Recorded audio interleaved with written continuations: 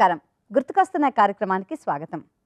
విమానం సినిమాతో తన న్యూ ట్రెండ్తో మ్యూజిక్ డైరెక్టర్గా దూసుకెళ్ళిపోతున్నారు చరణ్ అర్జున్. మరి ఇవాళ మన గుర్తుకొస్తున్న కార్యక్రమం మ్యూజిక్ డైరెక్టర్ చరణ్ అర్జున్తో.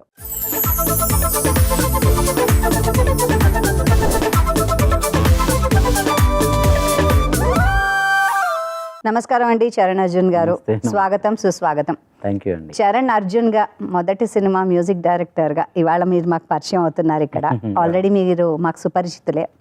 సో విమానంలో ఎగిరిపోయినట్టు అలా పైకి హై టేక్ ఆఫ్ చేసుకుని ల్యాండ్ అయ్యారంటారా, ఎలా అంటారు? ఒక నెక్స్ట్ లెవెల్ వర్జన్ 0.02 లాగా పాటలు అనేవి ఇండిపెండెంట్గా యూట్యూబ్లో అట్లలో పొలిటికల్ సాంగ్లు కానీ సినిమాల్లో కానీ చాలా హిట్ అయినాయి. కానీ బ్యాక్గ్రౌండ్ స్కోర్ అంటే ఒక సినిమాని 2.5 గంటల పాటు నా మ్యూజిక్తో నేరేట్ చేసే అవకాశం నాకు విమానం దొరికింది. సో చాలామంది అంటే వాళ్ళు తీసిన అద్భుతమైన డైరెక్టర్గా ఆయన ప్రతిభ కావచ్చు, వాళ్ళ యాక్టర్స్ కావచ్చు, ప్రొడక్షన్ అన్నిటితో పాటు నా మ్యూజిక్ కూడా మాట్లాడుకునేలాగా చేసింది విమానమే. ఖచ్చితంగా అది నాకు ఎప్పటికీ ఒక మెమరబుల్ సినిమా. అది జీ స్టూడియోస్కి ఎప్పటికీ నేను రుణపడి ఉంటాను. సో విమానం సినిమా మొదట వచ్చినప్పుడు మనం కథ విన్న తర్వాత ఈ కథకి ఈ మ్యూజిక్ బాగుంటుంది, ఇలాంటిది అయితే బాగుంటుంది అని ఒక ఆలోచన ఉంటుంది మనకంటూ, ఒక ఆలోచన ఉంటుంది, స్వహ ఆలోచన. తర్వాత డైరెక్టర్ గారు ఎలాగో చెప్తూ ఉంటారు, వాళ్ళ ఇన్పుట్స్ కూడా ఉంటుంటాయి. మ్యూజిక్ చేయడం ఒక వంతు అయితే దానికి ఆర్ఆర్ చేయడం మరో వంతు కదా.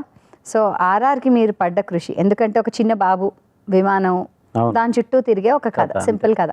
నాకు తెలిసి మీరు నేను మన అందరం కూడా అలా పరిగెత్తి విమానాల వెనక లేకపోతే పేపర్లతో ఆడుకున్న సందర్భాలు ఉండే ఉంటుంది. సో మీరు దాన్ని తీసుకున్నారు? నాకు ఆ సినిమా చాలా చిత్రమైన పరిస్థితుల్లో వచ్చిందండి. ఎందుకంటే నన్ను ఆ సినిమాలో పాట రాయడానికి పిలిచారు వాళ్ళు. దానికి ఆల్రెడీ 2 మ్యూజిక్ డైరెక్టర్లు మారిపోయారు, ముందు ఒక అతను మారారు. నేను జనరల్గా చాలా రోజులుగా నాకంటూ ఒక నిబద్ధత పెట్టుకున్నా, ఏంటంటే పాటలు రాయకూడదు, అంటే నా మ్యూజిక్లో నేను రాయాలి, బట్ వేరే వాళ్ళ మ్యూజిక్లో రాయకూడదు, అది ఎంత పెద్ద సినిమా అయినా. ఎందుకంటే మనల్ని మనం ఏంటి అని ప్రపంచానికి చాటుకోవాలని ఒకటి పెట్టుకున్నప్పుడు మళ్ళీ కన్ఫ్యూజన్స్ ఎందుకు, ఆయన రైటరా, ఆయన మ్యూజిక్ డైరెక్టరా, ఆయన సింగరా, ఇన్ని జనాలకు కన్ఫ్యూజన్ అవ్వద్దు, నన్ను నమ్మితే మ్యూజికే ఇవ్వండి అని నేను చెప్తుంటాను ఎవరికైనా. ఇప్పటికీ ఒక పాట ఇచ్చినా ఇవ్వండి, ఆ ఒక్క పాట పూర్తిగా నాకే ఇచ్చేయండి. నేనే సంగీతం సాహిత్యం కూడా మీరే చేద్దాం, నాకు ట్యూన్తో పాటు లిరిక్ వచ్చేస్తుంది. కానీ ఆ విమానానికి సంబంధించి అంతా నాకు బాగా ఎప్పటి నుంచో పరిచయస్తులైన ఆ సినిమా ప్రొడ్యూసర్ అండ్ డైరెక్టర్ అని కిరణ్ గారు ఉంటారు, అతను నాకు బాగా తెలుసు. ధనరాజ్ ఉన్నాడు కదా యాక్టర్, తను నాకు బాగా క్లోజ్ ఫ్రెండ్. సో వాళ్ళందరూ కలిసి చరణ్ అయితేనే ఈ పాట బాగా రాస్తాడు, ఎమోషనల్ టచ్ అతను బాగా ఇస్తాడు కదా, తనే రాయాలని నన్ను అడిగారు. నేను అందరికీ రిజెక్ట్ చేసినట్టే వాళ్ళకు కూడా నేను రాయను అని చెప్పా. లేదు, అది నాన్న ఎమోషన్, అది నువ్వు నాన్న మీద ఒక పాట చేసావు, అది చాలా ఈ మధ్య కాలంలో అంత ట్రెండింగ్ పాట, నీ ఏమిచ్చావని నిందించకరా నాన్న పాట ఉంటుంది. సో నీకే ఆ నాన్నతనం బాగా తెలుసు, నువ్వు రా అని వాళ్ళు బాగా అడిగితే ఒకసారి కథ వినన్నారు. కథ విన్నాను. వినేటప్పుడు నా మనసులో నేను ఏమనుకున్నా అంటే, ఇంత మంచి సినిమాలు మనకి ఎందుకు మ్యూజిక్ అడిగారు అంటే, మనం ఇంకా వీళ్ళకి మ్యూజిక్ డైరెక్టర్గా ఇలాంటి సినిమా తీస్తున్నప్పుడు నా పాట లిరిక్స్ ఇలా కావాలనిపిస్తుంది, కానీ నా మ్యూజిక్ ఎందుకు ఇలా కావాలనిపించట్లేదని లోపల బాధపడుతూనే విన్నా నేను. ఆల్రెడీ అప్పటికి మా సొంత ఓన్ స్థాయికి వెళ్ళాలని అనిపిస్తుంది ఉంటుంది కదా. మా ఓన్ బ్రదర్ చనిపోయి జస్ట్ ఒక 1 వీక్ అయింది అంతే. నేను చాలా డిప్రెషన్లో ఉన్నప్పుడు, ఆ డిప్రెషన్లోనే నేను ఆ పాట విన్నాను. సరే వాళ్ళు మనల్ని పిలిచారు, కథ నచ్చింది నాకు, వాళ్ళు ట్యూన్ ఇచ్చారు, నేను ట్యూన్కి రాశాను పాట. తర్వాత ఏమో ఆ మ్యూజిక్ డైరెక్టర్తో వాళ్ళకి ఏదో సెట్ అవ్వలేదు. మళ్ళీ ఇంకొక మ్యూజిక్ డైరెక్టర్ వచ్చాడు, మలయాళం మ్యూజిక్ డైరెక్టర్, మళ్ళీ నన్ను అడిగారు, మళ్ళీ రాశాను. రెండోసారికి ఏమైందంటే ఆ రెండో మ్యూజిక్ డైరెక్టర్తో కూడా వీళ్ళకి ఏదో ట్యూన్ సెట్ అవ్వట్లేదు. అప్పుడు డైరెక్టర్ గారు నాకు ఫోన్ చేసి, మీరే ట్యూన్తో పాటు లిరిక్ ఇస్తారంట కదా, అంతకుముందు చాలా సినిమాలకి ఇచ్చేవాడిని, అలా ఇవ్వచ్చు కదా చరణ్ గారు అన్నారు. నాకు చాలా సంవత్సరాల నుంచి ఉన్న కోపం అంతా పాపం అతని మీద రాత్రి తీశాను నేను. ఎందుకు ఇవ్వాలండి మీకు, నా కళ్ళ ముందే 2 మ్యూజిక్ డైరెక్టర్లు మారిపోయారు, మీకు కనీసం నేను మ్యూజిక్ డైరెక్టర్లా కనిపిస్తలేను, దానికోసం నేను అన్నీ వదిలేసుకొని పాటలకు 2 లక్షలు 3 లక్షలు ఇస్తాం రాయమన్నా రాయకుండా నేను దానికోసమే కూర్చున్నాను కదా, మరి నేను ఎందుకు కనిపించలేదు మీకు మ్యూజిక్ డైరెక్టర్గా అన్నాను. అంటే చాలా సార్లు మన టైం బాగలేనప్పుడు అవి నెగిటివ్ అవుతాయి. అతను విమానం అంత సినిమా తీసిన మానవత్వం ఉన్న డైరెక్టర్ కదా. ఆల్రెడీ కిరణ్ అన్న నా గురించి చెప్తూనే ఉన్నారు, చరణ్ బాగుంటాడని. ఇతనికి నా గురించి అంతగా తెలియదు. ఎందుకు ఆయనలో మదనం స్టార్ట్ అయ్యి అవును మనం ఎందుకు చరణ్ అర్జున్ అనుకోవట్లేము, చరణ్ అర్జున్కి ఎందుకు ఇవ్వకూడదు అని చెప్పి వాళ్ళకు ఒక ఆలోచన వచ్చింది. సో ఒక 2 రీళ్ళు అతని బ్యాక్గ్రౌండ్ స్కోర్ చేయమని చెప్పండి, అది ఓకే అయితే మనకు అని ప్రసాద్ గారు వాళ్ళంతా చెప్పారు. ఇక నేను అనుకున్నాను ఈ 2 రీళ్ళు చేసి ఆ 2 రీళ్ళు చేస్తున్న ప్రాసెస్ 2 రీళ్ళలోనే పాటలన్నీ ఉన్నాయి. అంటే నాకు సినిమా అంతా అయిపోయింది అప్పటికే. నేను పాటలు చేస్తే అది సినిమా మళ్ళీ నా పాటల్ని షూట్ చేసే అదృష్టం లేదు నాకు. ఆ ఉన్న సినిమాకి నేను చేయాలి, పాటల్ని కూడా బ్యాక్గ్రౌండ్ స్కోర్ లాగే చేయాలి. సో అది కొత్త టాస్క్. సో ఆ 2 రీళ్ళలోనే ఈ రేలా రేలా పాట ఉంది, ఇంకొక సుమతి అనే పాట కూడా ఉంది అనసూయకి.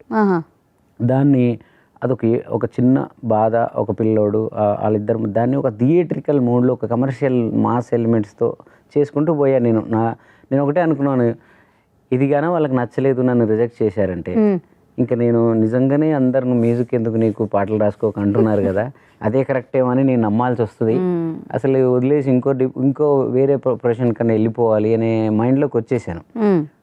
అంటే మీ మీద మీరే ఆ నిబద్ధత పెట్టుకున్నారు అంటే అనిపించింది. అంటే ఒక 2 రీళ్ళు టెస్ట్కి ఇచ్చారు కదా వాళ్ళు, వీళ్ళని డైరెక్టర్ని ఆ కిరణ్ అన్నని వాళ్ళందరిని మెప్పించగలిగితే నేను దీన్ని ఇంకా నేను సీరియస్ తీసుకున్నాను. ఇప్పుడు మనం టైం ఎన్నాళ్ళని మనం వేస్ట్ చేసుకుంటాం, మనకి లైఫ్ అంతా సవాల్గా తీసుకున్నాను. వాళ్ళు చూసి ఆ 2 రీళ్ళు చూసి అదే రోజు కన్ఫర్మ్ చేసేసారు మ్యూజిక్ డైరెక్టర్గా. Very nice, very nice. So అదొక పరీక్ష లాంటిదే మీకు. పరీక్ష లాంటిది అంతే కదా. కాకపోతే వాళ్ళు నాకు చాలా ఫ్రీడమ్ ఇచ్చారు ఆ సినిమాకి. అంటే వాళ్ళకు ఆ సినిమా అంతా అయిపోయింది, నేను అందులో బిట్ సాంగ్లు, ఆ సర్కస్ ఆడేటప్పుడు నాన్న గురించి ఇవన్నీ కూడా అన్ని నాకు నేనుగా చేసినవే. సో అంటే ఆ డ్రైవ్ అలా చేసుకుంటూ మ్యూజిక్ మాత్రమే. అంటే వాళ్ళు పాట లేకుండానే అవన్నీ తీసి పెట్టుకున్నారు, వాళ్ళకు మూడ్లో చేశారు సినిమాని. జనరల్ గా అయితే వేరే చాలా వింత కదా ఇది. అవునవును, నార్మల్లీ ఏదైనా రెడీ అయిన తర్వాత పాట దాన్ని బట్టి తీస్తారు. కానీ ఇది 1.5 minute 2 minutes అది ఖాళీగా అలా ఉంటది. ఫాదర్ పిల్లాడు కోసం సర్కస్ చేస్తా ఉంటాడు. వేరే మ్యూజిక్ డైరెక్టర్ ఎవరైనా అయితే అక్కడ మ్యూజిక్ మాత్రమే చేస్తారు. ఇప్పుడు నాలో ఒక పాటగాడు, ఒక రైటర్ అన్నారు ఉన్నారు కాబట్టి ఎందుకు ఇక్కడ ఫాదర్ గురించి చెప్పకూడదు?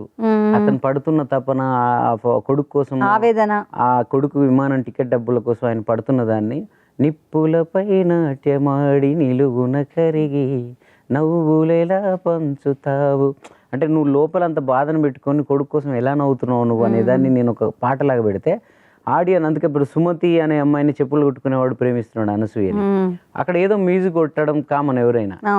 అసలు వాడి ఇంటెన్షన్ నేను పాటలాగా బిట్లాగా నాకు దొరికిన టైం స్పేస్లోనే. మన త్రివిక్రమ్ గారు ఏదో సినిమాలో డైలాగ్ ఉంటుంది, అక్కడ స్పేస్ లేదు కానీ ఆయన చేసుకున్నారని అన్నట్టు నేను ఏంటంటే చార్మినార్ లాంటి సందుల్లోకి బెంచ్ కార్ వెళ్ళదు, బట్ నేను స్పేస్ చేసుకుంటూ వెళ్ళినట్టుగా ఆ సినిమాని ఎందుకో నేను చేసుకున్నారు. అంటే ఇక నేను మ్యూజిక్ డైరెక్టర్ని కాదు అని, అంటే ఇండిపెండెంట్ సాంగ్స్లో ఇటు కొడుతున్నాను, చాలా మిలియన్స్ కొద్ది పోతున్నాయి, కానీ ఒక సినిమా అనేది ఒక 2.5 గంటల సినిమాని నేను హోల్డ్ చేయగలను నా మ్యూజిక్తో అని నాకు నేను అనుకొని చేశాను. అది చాలా బాగుందండి. అంటే మీరు ఇప్పుడు అంటుంటే నేను కనెక్ట్ అవుతున్నా తప్ప మామూలుగా చూసినప్పుడు సరదాగా చూసేసాం, కానీ మీరు ఇప్పుడు అంటుంటే దానిలో లోతు తెలుస్తుంది నాకు. నేను అద్భుతమైన బ్యాక్గ్రౌండ్ స్కోర్, అద్భుతమైన మ్యూజిక్ అంటే ఏంటని చాలా మంది అనుకుంటారు కదా. అసలు అందులో మ్యూజిక్ ఉందా లేదా అని తెలియకుండా కథలో లీనం చేయడమే అద్భుతమైన మ్యూజిక్ అంట. నేను ఎక్కడో చదివనేది. సో మ్యూజిక్ ఉంది, బాగా డామినేట్ చేసింది, ఆడాడబ్బా ఏ మ్యూజిక్ అని మాట్లాడారంటే అది సరిగ్గా లేనట్టే అర్థం. అంటే మనల్ని తెలియకుండా కథలోకి మనల్ని లాక్కెళ్ళాలి. దర్శకుడు ఏం చెప్పాలనుకున్నాడో దాంట్లోకి తీసుకెళ్ళగల ప్రతి డిపార్ట్మెంట్, అలాగే మ్యూజిక్ కూడా. సో నేను అది నమ్ముతా. ఎందుకంటే ఫస్ట్ మనకు వచ్చే సౌండ్ వేవ్స్ కదా, మనకు వినిపిస్తాయి, దాని తర్వాత కనిపిస్తుంది. సో మీరు ఇచ్చే సౌండ్ బట్టే మేము దాని విజువల్ వేసుకుంటూ ఉంటాం. బ్రెయిన్ వర్క్స్ ఫర్ ఇట్ కదా, సౌండ్ ట్రావెల్స్ ఫాస్టర్ అని తెలుసు మనకి. సో ఇప్పుడు చెప్తుంటే చాలా ఆసక్తిగా ఉందండి మీ స్టోరీ. ఎందుకంటే ఆర్ఆర్ మటుకు మీరు అన్నట్టు రీ రికార్డింగ్ తర్వాత చేస్తారు సినిమా. చాలా సినిమాలకి పాటలు మనతో చేయించి మనకు చెప్పబెట్టుకుంటానే నువ్వు చేయలేవు బ్యాక్గ్రౌండ్ స్కోర్ అని వేరే వాళ్ళకి ఇచ్చేయడము, అంటే ఇట్లా అంటే చాలా అవమానాలు అవి అలాంటివి. ఎందుకు అవతల వాళ్ళు కూడా అలా ఎలా మనం ఎంతో కష్టపడి సినిమా సంపాదించుకుంటాము, ఆ సినిమా ఎందుకు నీకేం ప్రాబ్లం అయింది మరి నా దగ్గరికి ఎందుకు వచ్చిందని అడగకుండా సీనియర్ మ్యూజిక్ డైరెక్టర్లు కూడా బ్యాక్గ్రౌండ్ స్కోర్లు చేస్తుంటారు కొందరు. సో అలాంటప్పుడు నాకు అనిపిస్తూ ఉండేది, ఇంతేనా అంటే కానీ మాట అనేది వాల్యూ లేదా, మనం దీన్ని నమ్ముకొని ఉన్నాం లేవా అని ఎన్నోసార్లు ఫీల్ అయ్యేటోని. అసలు ఎందుకు చేయలేము మనము అనే ఫీలింగ్ ఉండేది. ఇవన్నిటికి నాకు విమానం అనేది ఎంత కాన్ఫిడెన్స్ ఇచ్చిందంటే ఎవరైనా నువ్వు బ్యాక్గ్రౌండ్ స్కోర్ ఏం చేస్తున్నాడు, విమానం సినిమా నేనే సార్ అని అంటే గర్వంగా చెప్తా ఉంటాను నేను. చేయడం ఒక ఎత్తండి, అవునవును. చేసిన తర్వాత ఫస్ట్ మీరు చూపించింది ఎవరికి మీరు చేసింది? అంటే త్రూ అవుట్ చూపిస్తూనే ఉన్నారా డైరెక్టర్ గారికి ఎలాగా? లేదు, సినిమా అంతా ఫస్ట్ హాఫ్ అయిన తర్వాత ఒకసారి డైరెక్టర్ గారు సో చాలా ఆయన నాకు మంచి మంచి ఇన్పుట్స్ ఇచ్చారు. ఆయన కూడా సినిమా చూసినప్పుడు చిన్న చిన్నవి ఉంటాయి, ఏదో ఆ చిన్న దాంట్లోనే మారిపోయింది కథ అంతా. సో అలా మేము ఏదో ఫ్లోలో చేసుకుంటూ పోయేటోళ్ళం. ప్రసాద్ గారు వచ్చి ఇక్కడ ఒక చిన్నది చిన్న బ్యాంగ్ ఇవ్వండి, చిన్న గ్యాప్ ఇవ్వండి, ఇలాంటివి చెప్తారు. ప్రసాద్ గారు, శివప్రసాద్ డైరెక్టర్ గారు కూడా కిరణ్ అన్న పెద్దగా పట్టించుకోలేదు, జస్ట్ అప్పుడప్పుడు ఫోన్లో నన్ను ఇన్స్పైర్ చేస్తూ నువ్వు ఆ డైరెక్టర్కి ఏం కావాలో అది చెయ్యి, వాళ్ళకి ఏం కావాలో చేయని. ఆయన కూడా ఒక డైరెక్టర్ అయి ఉన్నా కూడా ఆయన ప్రొడ్యూసర్ లాగే ఉన్నారు, ఎక్కువ ఇన్వాల్వ్ అవ్వలే. సో ఫైనల్గా మార్తాండ్ కే వెంకటేష్ గారు ఎడిటర్, సో వీళ్ళందరూ కూడా చూసి బాగుందని చెప్పి. అసలు సముద్రకని గారు అయితే నాకు అప్పుడప్పుడు శంభో శివశంభులో ఆయనకు సినిమాలు పాటలన్నీ రాశాను 10 years బ్యాక్ నేను. బట్ నేను అప్పుడే ఇండస్ట్రీ కొత్తగా వచ్చాను, నేను అంత చొరవగా వాళ్ళ దగ్గరికి వెళ్ళి మాట్లాడలేని పరిస్థితి. ఆయనకు తెలుగు రాదు, తమిళ అప్పుడు అంత అసోసియేషన్ అవ్వలే నాకు ఆయన. బెల్లంకొండ సురేష్ గారి బ్యానర్. ఈ సినిమా చూశాక ఆ సినిమా ప్రీమియర్లో కూడా ఆయన దగ్గర పోవాలంటే భయం వేసింది నాకు. అంటే మాట్లాడరు మనతో అనే ఒక ఫీలింగ్. అప్పటికే పవన్ కళ్యాణ్ గారి బ్రో సినిమా చేస్తున్నారు, సో డైరెక్షన్ చేస్తున్నారు. సో నేను సైలెంట్గా ఉన్నాను, నమస్తే సార్ అన్నాను. ఆయన గుర్తుపట్టారో పట్టలేదు ఏమో, నేను సైలెంట్గానే వెళ్ళిపోయాను. నేను కార్లో వెళ్తా ఉంటే నా నెంబర్ వేరే వాళ్ళ దగ్గర తీసుకొని ఒక అర్ధ గంట సేపు మాట్లాడారు. అసలు నేను డబ్బింగ్ చెప్పేటప్పుడు చూసిన సినిమా వేరురా, నువ్వు బ్యాక్గ్రౌండ్ స్కోర్ చేశాక సినిమా వేరురా, మీరు ఇలా ఎలివేట్ చేస్తుంటారు. మెయిన్గా ఆయన ఒక మాట అన్నారు ఏంటంటే, దాంట్లో ఆ పిల్లోడు ఫ్లైట్ ఎక్కగానే ఆడు ఇట్లా హ్యాపీగా వేస్తుంటాడు, నువ్వు కన్న కలలే నెరవేరాయి నేడు, అందుకే ఉన్నాడు మీ నాన్నే తోడు. ఆడరా మ్యూజిక్ డైరెక్టర్, అక్కడ మ్యూజిక్ వేయకుండా ఆ లైన్ రిపీట్ చేసావు చూడరా, ఆడరా మ్యూజిక్ డైరెక్టర్ అని చెప్పి చాలా ఎక్సైటెడ్గా మాట్లాడారు ఆయన. నైట్ మాట్లాడి నువ్వు నా తమ్ముడు రా, ఇప్పటి నుంచి నీకు ఇన్ని రోజులు ఏం కష్టాలు పడ్డావు నాకు తెలియదు, నేను చూసుకుంటాను అది ఇదని ఒక ధైర్యాన్ని ఇచ్చారు. దాంతో ఒక తృప్తిగా ఉంటుంది కదా మనం చేసింది. అంటే మన వర్క్ ద్వారా మనకు ఫోన్ రావడం, ఇప్పుడు జనరల్గా ఎవరైనా నేను స్ట్రగుల్ అవుతున్నాను సార్, నేను కష్టపడుతున్నాను సార్, నేను ఇలా ఉంది సార్ అలా సార్, ఏదో మనకు మంచి మాటలు చెప్తారు అప్పటికి ధైర్యం కోసం. అది ఎంతవరకు తీసుకోవాలో అంతే హ్యాపీనెస్ ఇస్తుంది అది. కానీ మన వర్క్ చూసి ఆయన ఫోన్ చేశారు చూడండి, అది నాకు చాలా హ్యాపీ అనిపించింది.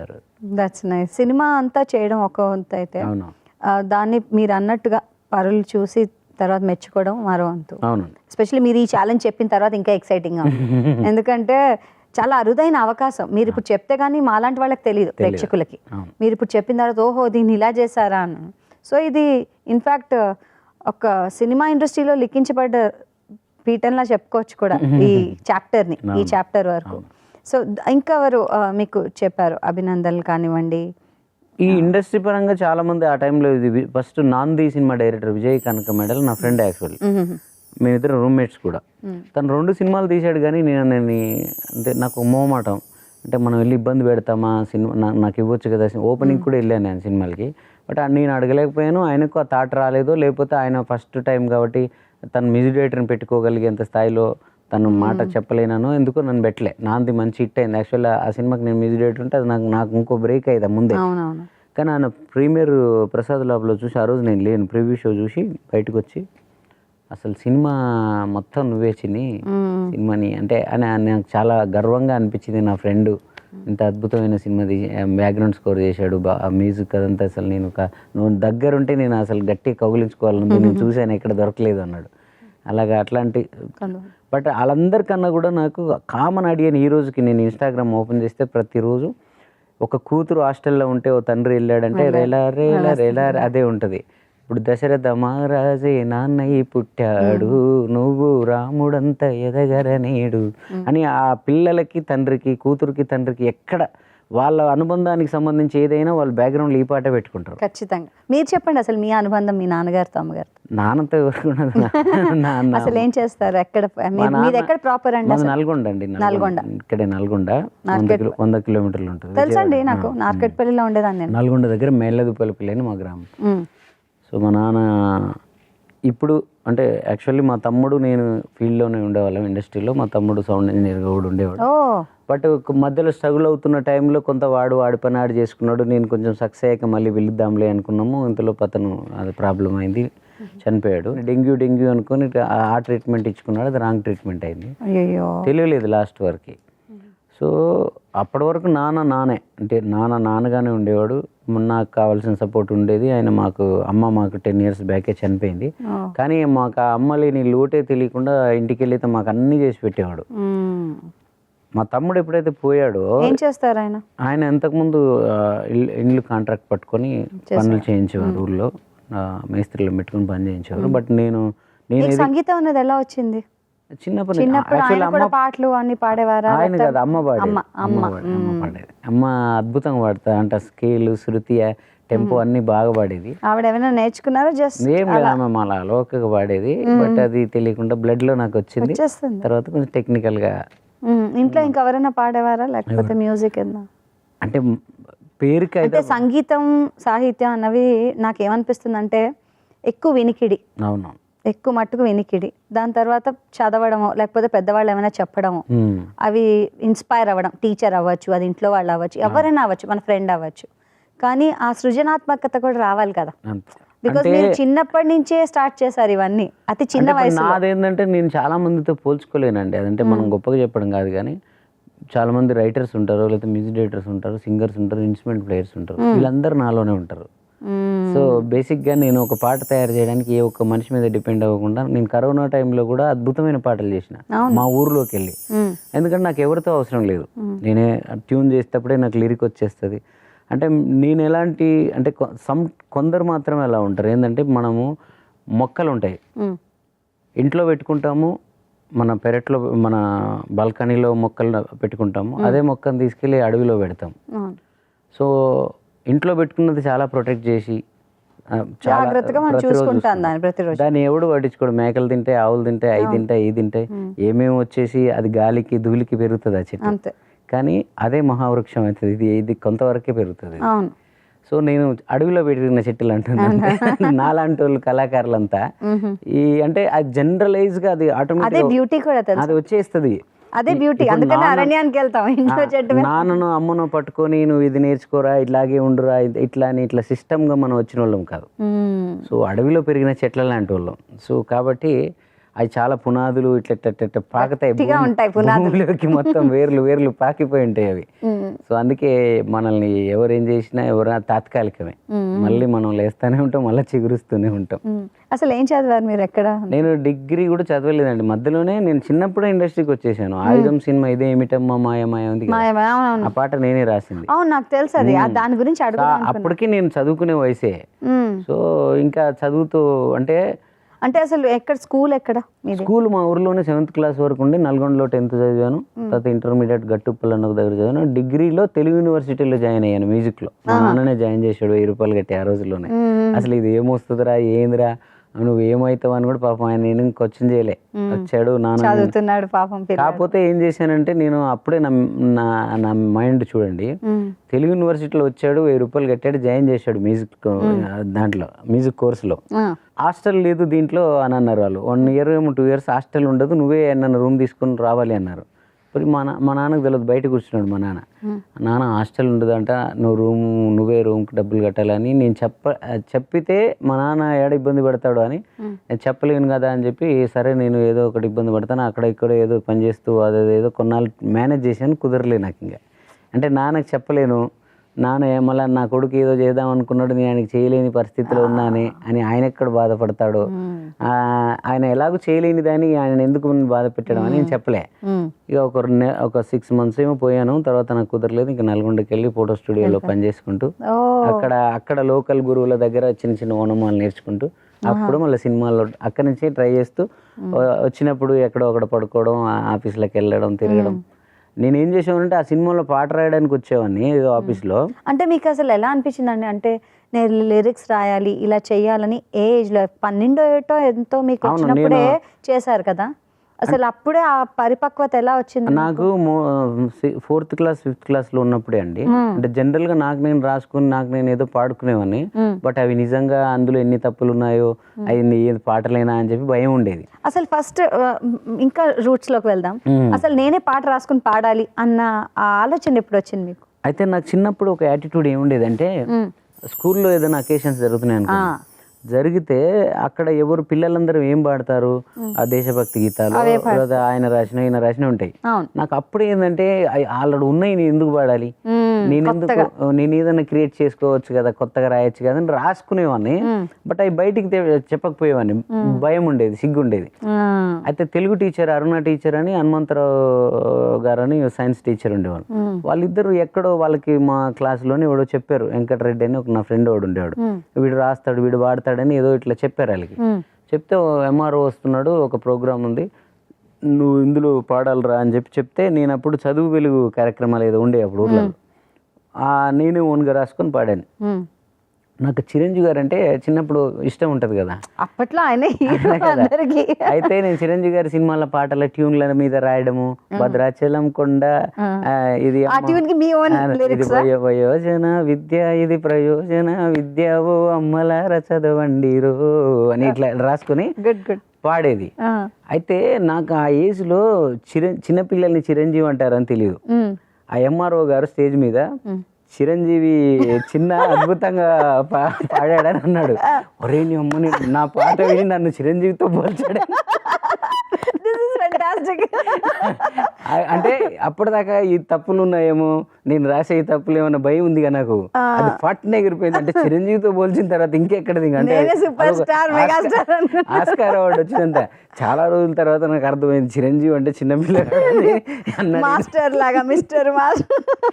బాగుంది, ఇది బాగుంది. అంటే ఆ రకంగా చిరంజీవి గారు నా లైఫ్ లో తెలియకుండానే నాలో ఉన్న భయాలని పోగొట్టారు ఆయన.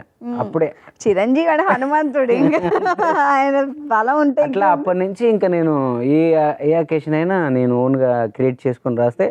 ఎలిమినేటి మాధవరెడ్డి గారు మినిస్టర్ ఉన్నారు అప్పుడు, ఆయన ఆ ఊరికి ఆ హోమ్ మినిస్టర్ హోదాలో మంత్రి గారిని మా ఊరికి పిలిపించాడు. ఆయన ముందు కూడా నేను జన్మభూమి కార్యక్రమాల మీద ఒక పాట రాసి పాడేశాను. ఇంకా ఆయన అక్కడ లోకల్ లీడర్లకి, కలెక్టర్లకి అందరికీ ఈ పిల్లాన్ని మీరు వాడండి, వీడు మనకు ఉపయోగపడతాడని చెప్పి ఇక నేను ఒక సెలబ్రిటీ చిన్నపాటి. ఇంకా అక్కడ ఆ పాటను అలా అలా కాంపిటీషన్లో మండలంలో ఫస్ట్ వచ్చాను, జిల్లాలో ఫస్ట్ వచ్చాను, రాష్ట్రంలో కూడా అవార్డు వచ్చింది నాకు చంద్రబాబు నాయుడు గారితో. ఇంకా మీకు అప్పుడు చిరంజీవి గారు అన్నందుకు ఎట్లయితే భయాలు పోయాయో, ఇక్కడ రాష్ట్ర ముఖ్యమంత్రి చంద్రబాబు నాయుడు గారితో అవార్డు తీసుకోవడంతో ఇంకా మనలో ఏదో చాలా ఉంది, అనవసరంగా చదువులని ఇదని ఇంకా మనం ఇన్ని బ్యాలెన్స్ చేయలేము ఈ వయసులో, టైం వేస్ట్ ఎందుకు, మనం చదివే సర్కారు బడి చదువులకి ఇంకా అనవసరంగా మళ్ళా అటు చదువు ఇటు మ్యూజిక్ కొనసాగించలేమని ఇంకా నేను దాన్ని ధైర్యం వచ్చింది. ఇంకా దీంట్లో మనం గెలవగలం అనే ఒక ధైర్యం అప్పుడే వచ్చేసి. నేను ఆ సందర్భాన్ని ఏ రోజు కూడా ఏ సినిమా పాట పాడింది లేదు నేను. ఆ రోజుకి వాళ్ళ ట్యూన్లు మాత్రమే తీసుకున్నారు. ఆ అలవాటే అప్పుడు ట్యూన్లు అప్పుడే, తర్వాత నేనే ట్యూన్లు చేయడం స్టార్ట్ అయ్యింది. ఆ అలవాటే నన్ను సినిమాల్లోకి తీసుకొచ్చింది. ఎలాగంటే ఒకసారి ఎన్ శంకర్ గారు వచ్చారు నల్గొండకి, భద్రాచలం 50 days ఫంక్షన్కి. ఎన్ శంకర్ డైరెక్టర్ గారు వస్తే అక్కడ కూడా నేను లోకల్ ఆల్రెడీ సెలబ్రిటీ కదా, మాధవరెడ్డి గారు తప్పకుండా అక్కడికి నేను పిలిచి వేరే వాళ్ళు తీసుకెళ్లారు. అక్కడ కూడా ఏదో ఒక పాట పాడుతున్నారు అందరు అక్కడ స్టేజ్ మీద. నేను ఈయన డైరెక్టర్, సినిమా డైరెక్టర్ కదా అని చెప్పి నేను ఒక లవ్ సాంగ్ రాసి కంపోజ్ చేసి పాడేసాను. పాడేసి సైలెంట్గా మళ్ళీ మనదేదో అయిపోయింది, మనం పెర్ఫామ్ చేసేసాం స్టేజ్ మీద, జనాలు చప్పట్లు కొట్టారు అంతే. ఇంకా మనం సెలబ్రిటీ లాగా వెళ్ళి పక్కన కూర్చోవడం స్టైల్. అప్పుడు చిన్నప్పుడు ఎవరో ఒక శ్రేయభిలాష్ ఉండి, శంకర్ గారు నువ్వు పాడేటప్పుడు చాలా ఆయన ఫేస్ ఎక్స్ప్రెషన్ చూశాను నేను, ఆయన చాలా ఎంజాయ్ చేశారు, నువ్వు వెళ్ళి కలుపు అంటాడు ఆయన. నాకు మోమాటం ఎక్కువ, అది ఇప్పటికీ ఉంది, ఇంకా అది ఉంది, నేను పోవట్లేను. పాట పాడేటప్పుడు మస్తు ఎంజాయ్ చేస్తారు, దానికి వాళ్ళు మనల్ని ఎందుకు పట్టించుకుంటారని ఫీలింగ్ నాది. అది చూసేవాడికి ఎలా ఉంటుంది అంటే అది అహంకారం లాగా ఉంటుంది, పోయేదానికి ఏంది అనిపిస్తుంది. సరే అయినా కానీ ధైర్యం చేసి వాళ్ళు నెడతా ఉంటే పోయిన దగ్గర పోతే, చాలా అద్భుతంగా పాడావమ్మా, నువ్వు హైదరాబాద్ వచ్చినప్పుడు నన్ను కలవ అన్నాడు. నేను ఎందుకు వస్తాను హైదరాబాద్ వచ్చినప్పుడు అన్నాడు. సరే కొన్ని రోజుల తర్వాత ఆయన ఏదో అన్నాడు కదా హైదరాబాద్ వచ్చినప్పుడు కలవమని సరదాగా నేను ఏదో కొంత డబ్బులు సంపాదించుకొని బస్సు ఎక్కి జస్ట్ అలా కలిసి మళ్ళీ నైట్ వచ్చేయచ్చులే అనుకొని నేను ఆయన అడ్రస్ వెతుక్కుంటూ వచ్చా. ఆయన చాలాసేపు పడుతుంది, కొంచెం బిజీ ఉన్నాను ఈరోజు, రేపు పొద్దున వచ్చేయి అన్నాడు. ఏదో హైదరాబాద్లో నా గెస్ట్ హౌస్లో ఉన్నట్టు, హైదరాబాద్లో నాకేదో ఉన్నట్టు. సో అన్నాడు, మన నైట్ ఇక్కడ ఉండాలి మరి, నేను పొద్దున వచ్చే అన్నట్టు అంటాడు. నాకేం అర్థం కాలేదని మళ్ళీ వచ్చి ట్యాంక్ బండ్ మీద పడుకోవడం. మళ్ళీ పొద్దున్న ఏం తెలియనట్టు వాళ్ళ ఇంట్లోకి వెళ్ళి ఆ బాత్రూంలోకి వెళ్ళి అక్కడే స్నానం చేసి టక్కటక్క బట్టలు మార్చేసుకొని మళ్ళీ పోయి కొత్తగా వచ్చేటట్టు కూర్చోవడం. అది మళ్ళీ పొద్దున్న రమ్మన్నారు కదా అని. బేసిక్గా ఆయన హైదరాబాద్ వచ్చినప్పుడు ఆయన కలవమన్నారు, నేనేంటి హైదరాబాద్ నిజంగానే ఏదో పని ఉన్నట్టు మళ్ళీ కలరింగ్లు అప్పుడే నేను మీకోసం వచ్చానని చెప్పకపోయేది. మీలో ధైర్యం అది అంతే, యూత్ లో ఉండుంటారు, టీనేజ్ లో ఏదో కదా, సో జోష్ ఉంటుంది. అలాగలాగా ఆయన రమ్మన్నప్పుడల్లా వచ్చేవాడిని. అట్లా 1 year 2 years పాపం ఆయనకు అప్పుడు ప్రాజెక్ట్ ఏదో అనుకుంటున్నట్టున్నారు, అది సెట్ అవ్వట్లేదు. మళ్ళీ ఇంకో ఏం చెప్పాలో తెలియక వచ్చాడు కదా, నేను మళ్ళీ December 6వ తారీఖురా మళ్ళీ ఇంకో అలా ఒక రోజు ఈ బంద్ ఉంటుంది చూడండి, December 6కేనా మొత్తం ఏదో భారత్ బంద్ ఏదో ఉంటుంది అప్పుడు, బ్లాక్ డే అనుకో December 6. ఆయన తెలియకుండా ఆ డేట్ కూడా చెప్పాడు ఒక రోజు ఫ్లోలో, నువ్వు 6వ తారీఖు నాడు వచ్చి మళ్ళీ అన్నాడు. అన్ని బంద్ ఉన్నాయి ఆ రోజు, ఆయన రమ్మన్నాడు, అన్ని బంద్ ఉన్నాయి, ఏది పోదు, ఇసుక లారీలు ఏది దొరుకుతుంది అందులో ఎక్కి వచ్చాను రోజు. అరే నువ్వు ఈ రోజు ఎట్లా వచ్చావురా, మొత్తం బంద్ ఉంటుంది కదా అన్నాడు. మీరు రమ్మన్నారు కదా సార్ అందుకే వచ్చాను. సిన్సియర్. తర్వాత అప్పుడు ఈ ఆయుధం సినిమా అప్పుడు ఆ పాటలు జరుగుతుంటే రాజశేఖర్ గారి సినిమాలో అందులో ఆ పాట ఇచ్చారు, తిరుగుతున్నాడు కదా వీడని. బట్ నాకైతే నేను ఎందుకు తిరుగుతున్నాను నాకు క్లారిటీ లేదు. నాకు లిరిక్ రైటర్ ఉంటారు, మ్యూజిక్ డైరెక్టర్ ఉంటారు, సింగర్ ఉంటారు, ఏమీ తెలియదు ఇండస్ట్రీలో. ఆ ఆయుధం సినిమా కోసం వచ్చినప్పుడు వందే మాతరం గారి స్టూడియోలో ఉంటున్నప్పుడు అప్పుడు అర్థమైంది నాకు, ఓహో మ్యూజిక్ డైరెక్టర్ ఉంటాడు, నేను ట్యూన్ చేస్తున్నాను, రాస్తున్నాను, పాడగలుగుతున్నాను, ఇన్ని ఉన్నాయి కదా, నేను ఒక్క లిరిక్ రైటరు, ఒక సింగరు, ఒక ఇన్స్ట్రుమెంట్ ప్లేయరు, ఇలా ఎందుకు, నేనే మ్యూజిక్ డైరెక్టర్ అయితే అయిపోద్ది కదా అన్న ఆలోచన నాకు అక్కడ వందే మాతరం శ్రీనివాస్ గారి స్టూడియోలో దొరికింది. అంటే వందే మాతరం శ్రీనివాస్ గారు కూడా ఒక మంచి పట్టున్న మ్యూజిక్ డైరెక్టర్, మంచి మనిషి కూడా ఆయన. సో ఆయన దగ్గర ఉన్నప్పుడు మీకు అసలు ఎలా తెలుసాయి ఇలా రాయాలి లిరిక్స్ అంటే, సంగీతానికి కదా అప్పటికే పాడుతున్నాను, కానీ వేరే వాళ్ళ ట్యూన్స్ కి రాయాలి ఇప్పుడు లేదమ్మా.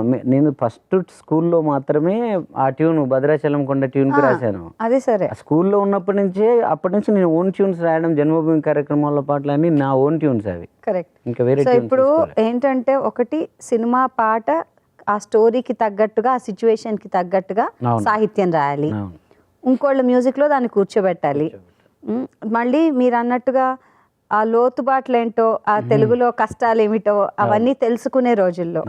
సో అప్పుడు ఎలా అనిపించింది మొదటి ఆ రోజు నుంచి ఈ రోజు వరకు పాట ఏంటో ఒకసారి? నేను ఆ రోజు నుంచి ఈ రోజు వరకు కూడా నేను ఏది గ్రంథాలు పుస్తకాలు చదివి వాటిలలో వచ్చిన జ్ఞానాన్ని కానీ, లేకపోతే ఇంకెవరి పాటలు విని వాటిలో నేర్చుకున్న పాటలు కానీ నేను నమ్మను అసలు, నేను అసలు తీసుకోను.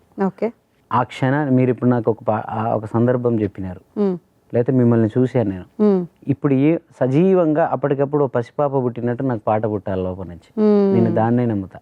అది ఐటమ్ సాంగ్ అయినా కానీ, అంటే అలాగా ఒక కొత్త రకమైన పాట నాలో నుంచి న్యాచురల్గా పుట్టేదాన్ని నేను ఇష్టపడతాను. అందుకే ప్రజలు దాన్ని ఇంత బ్రహ్మరథం పట్టారు.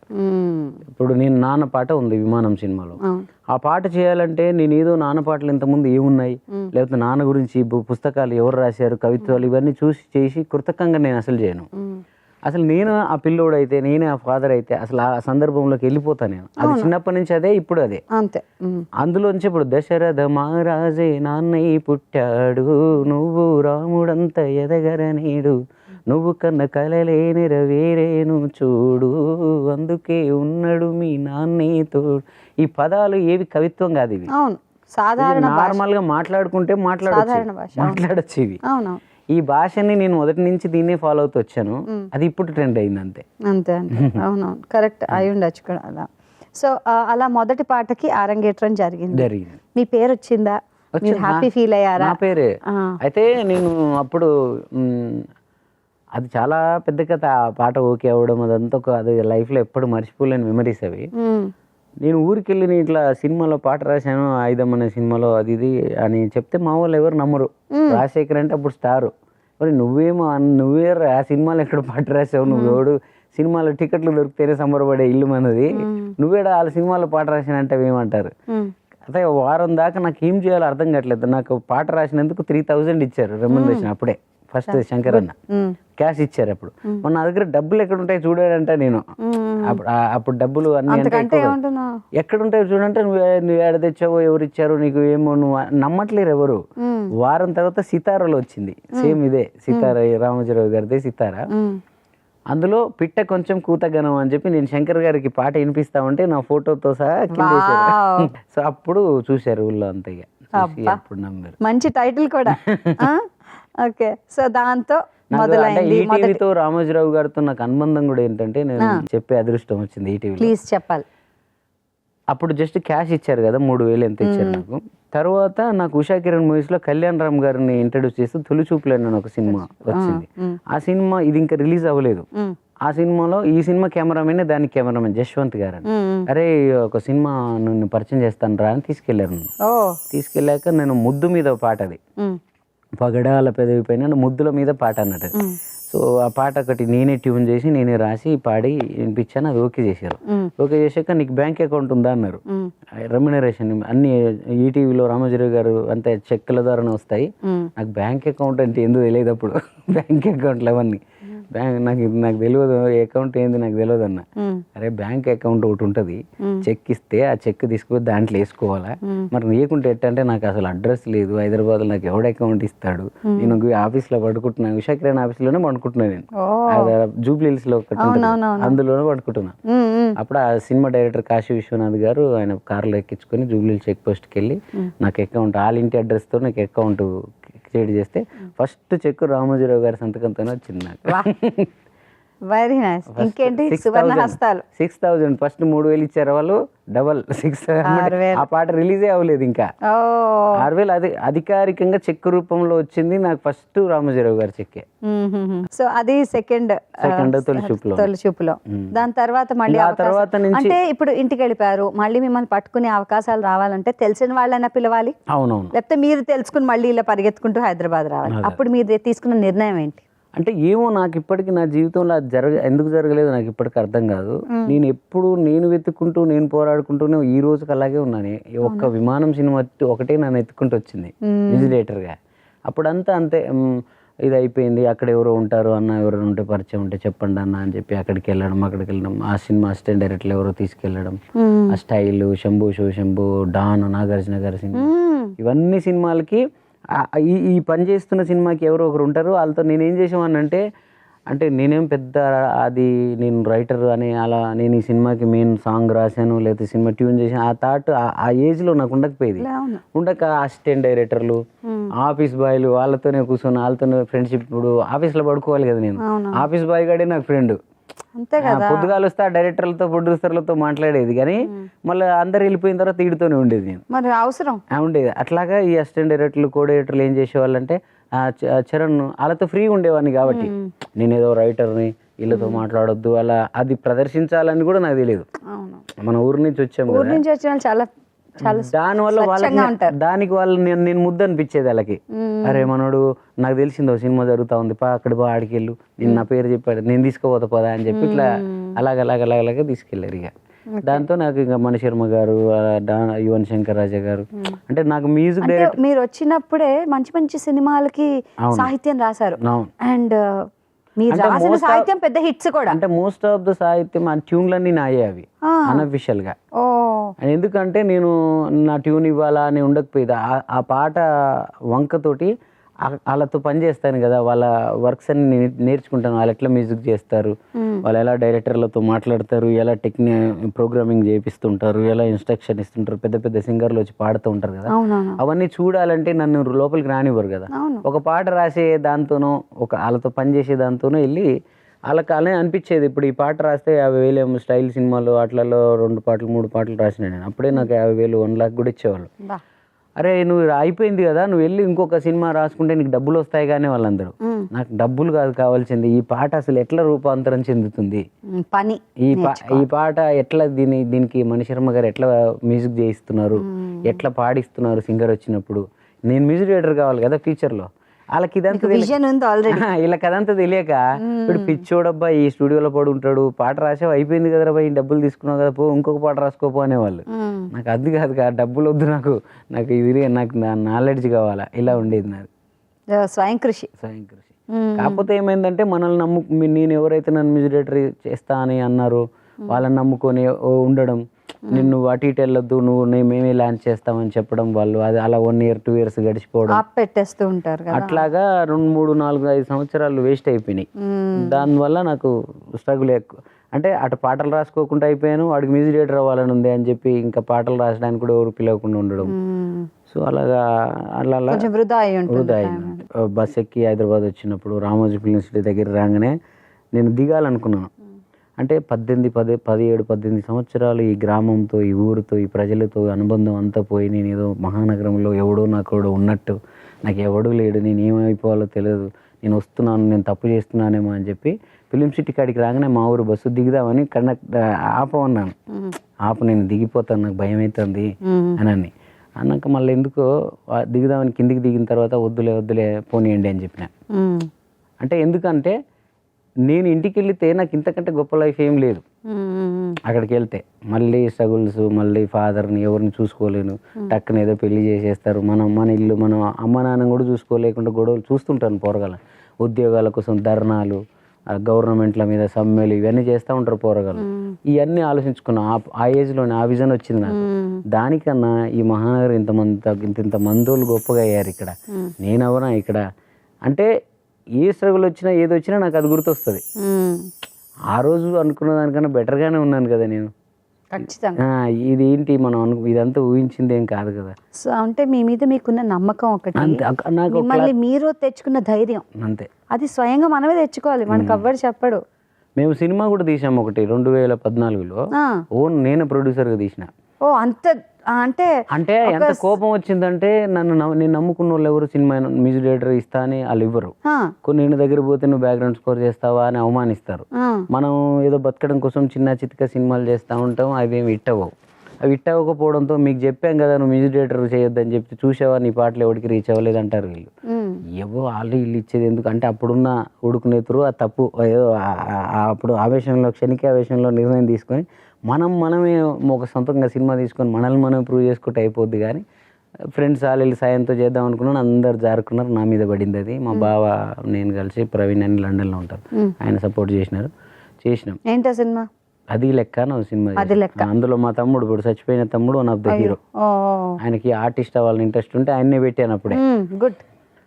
ఆ సినిమా కూడా వచ్చినప్పుడే తెలంగాణ వచ్చింది. అప్పుడే తెలంగాణ అనౌన్స్ అయిపోయింది. ఇంకా అందరు జనాలు వేరే మూడ్లో ఉన్నారు, ఇంకా సినిమాలో మూడ్ లేదు, అది సినిమా చచ్చిపోయింది. అది దానికి మాకు డబ్బులు రాలేదు, ఏమి రాలేదు. ఆ రోజు కూడా నేను ఏమనుకున్నాను తెలుసా, దాదాపు 1,50,00,000 రూపాయలు పెట్టాం, దాంట్లో సగం మాది సగం అప్పులు తెచ్చాం, వాటికి వడ్డీలు కట్టాలి, ఏమీ లేవు, మొత్తం కుప్పకూలిపోయి అందరూ బాధపడతా ఉంటే నన్ను ఏదో ఓదార్చడానికి వస్తుంటే నేను ఒకటే చెప్పాను, ₹1,00,00,000 ఎలా ఉంటాయో చూడలేదు నేను ఇప్పటిదాకా. ₹1,00,00,000 కానీ ₹1,00,00,000 అప్పు నాకు దేవుడు పెట్టాడు. ఆయన పాపం చాలా నమ్మకంతో ఉన్నాడు, నేను ఏదో ఇవన్నీ భరిస్తాను దాటుతాను అని. సో ఆయన నమ్మకాన్ని నేను ఎందుకు వమ్ము చేయాలి, పాజిటివ్ థింకింగ్, చూద్దాం ఏం జరుగుద్దో, దీన్ని కూడా దాటేద్దాం అని చెప్పి చాలా ధైర్యంగా నిలబడ్డాను. నేను ఒక్కరోజు కూడా ఏడవలేదు, ఒక్కరోజు కూడా బాధపడలేదు. మళ్ళీ ఎక్కడి నుంచి తెచ్చుకుంటారు ఈ ధైర్యం? ఏంటి ఆ ధైర్యం రావడానికి కారణం? అంటే ఎవరికైనా ఓకే నాకు వెనకాల పోనీ నా అమ్మ నాన్న చూసుకుంటారులే అంటే ఒక విషయం. అవునవును.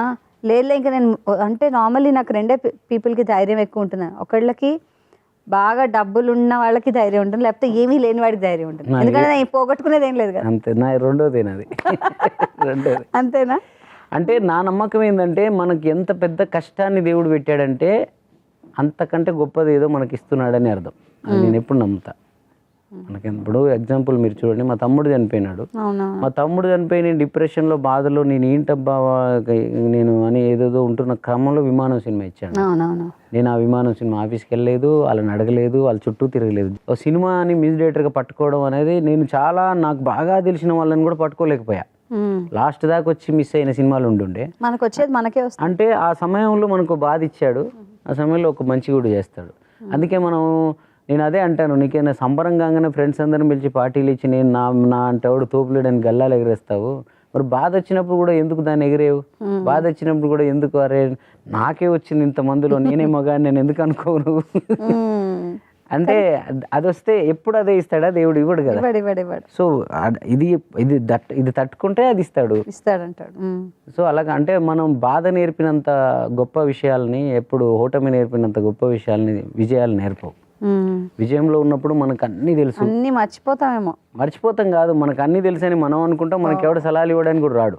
అమ్మో ఆడు మనం గర్వం వచ్చేస్తుంది, ఆడికి ఎక్కడ చెప్తాం మనం, ఇప్పుడు ఆడు తోపు కదా అనుకుంటారు. మనం ఎప్పుడైతే కింద ఉన్నామో ప్రకృతి రకరకాల మనుషులతో మనకు చాలా విషయాలు చెప్పిస్తూ ఉంటుంది. అప్పుడు అది నేను నమ్ముతా. నేను ఓటమిని ఎంజాయ్ చేసినంత గెలుపుని చేయను అసలు. చాలా బాగుంది మీ స్టోరీ, చాలా ఇంట్రెస్టింగ్ గా ఉంది.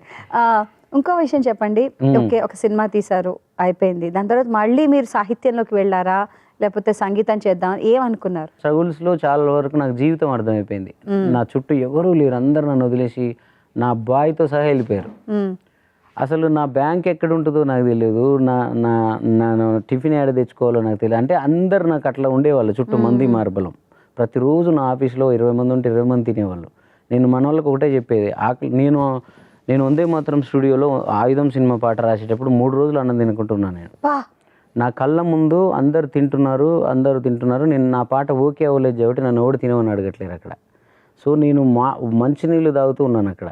ఆ రోజు నా మెదడులో నాకు ఏమనిపించిందంటే, జీవితంలో నేను ఏం సాధిస్తానో, ఎంత గొప్ప అవుతానో, ఎన్ని కోట్లు వస్తాయో నాకు తెలియదు, కానీ నా చుట్టూ సరౌండింగ్లో ఉన్న మనుషులన్నీ ఆకలి తీర్చగలిగే స్థాయిలో నేను ఉంటే చాలు.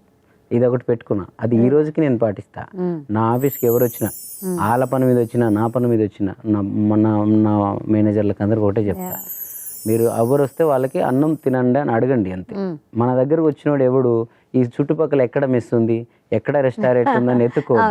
మనకి ఇంటికి వచ్చిన వాళ్ళకి మనకి అది కనీస సంస్కారం అండి, మంచినీళ్ళు ఇవ్వడం, భోజనం పెట్టడం. అలాంటి నాకు 2014లో ఒక ఓటమి రాగానే అసలు నాకు ఫోన్ చేయడం కాదు, నేను ఇట్లా ఫోన్ పట్టుకొని చూసేవాడిని, ఎవరైనా ఒకరు ఫోన్ చేస్తారు.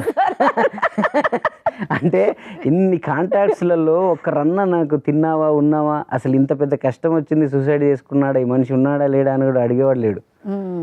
అలాగ 1 year 2 years 3 years ఒకటే రూమ్లో జైల్లో మనిషిలాగా ఉండిపోయాను నేను 2014. పేరెంట్స్ అమ్మ నాన్నగారు వాళ్ళకి నాన్నకు నేను చెప్పను కదా, చెప్పలేదు. నాన్నకు అప్పుడే తెలుసు కదా, తమ్ముడు కూడా వాడు అపార్థం చేసుకుని ఎవడిది ఏమన్నాడు, ఈయన సినిమా ఎందుకు తీశాడు, మన జీవితాలు ఏంటి, మన బతుకులేంటి, ఇంత ఈయన చేయబట్టి ఇప్పుడు ఇట్లా అయిపోయామన్న అంటే ఆడుకున్న మెచ్యూరిటీలో వాడు అలా పెట్టుకుంటాడు.